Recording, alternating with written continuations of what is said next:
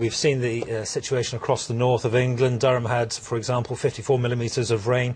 And of course, at the point that I was making yesterday, this is not an episode in isolation. Going back now some 10 days or so, we've seen initially a very active weather front that brought about 90 millimetres down in the southwest of England at Okehampton. Then through the course of the weekend, we had not one but two areas of low pressure.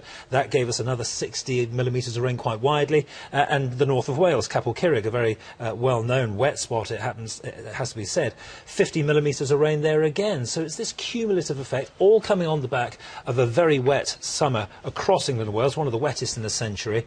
So it's no surprise that we see what we've seen there. I think the Environment Agency spokesman makes a very good point.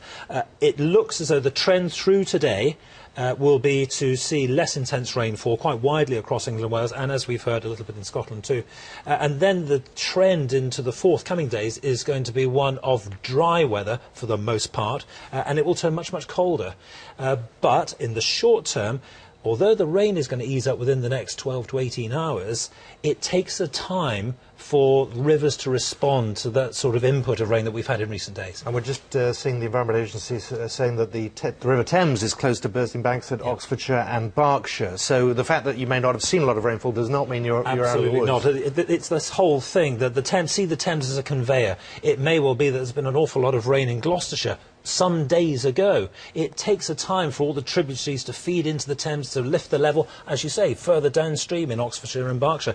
Hydrology, very interesting subject, not my speciality by any means at all, but as I say, just because it might stop raining or not have had much rain in your area doesn't mean to say that you need to switch off from this situation where we have, as we're quoting now, 204 flood warnings across England and Wales and 2 in Scotland. We seem to be having a lot of once-in-a-lifetime events in a series of a few months.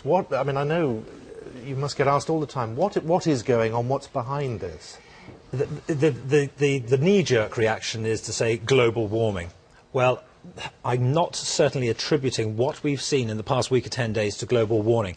However, what I think we have established out of the pattern of global warming is that more extreme events may well happen more frequently, quite widely across the British Isles. And I suspect that that's where we are with our sum of knowledge at the moment. So, yes, in their own right, these events, not that extraordinary, but the succession of them, as rapidly as they have been, disappointing to say the very least. Yeah, and you've just mentioned the fact that cold weather is coming, and of course if you've got no electricity, if Absolutely. Your houses are soaked, that really is miserable. That is my next concern. For example, as early as tonight, some areas will be seeing quite a widespread frost, and as we move through towards the weekend, top temperature even in the south of England, where of course we've seen extensive flooding, we may well be looking at 5 or 6 degrees by day. By night, a good deal lower than that.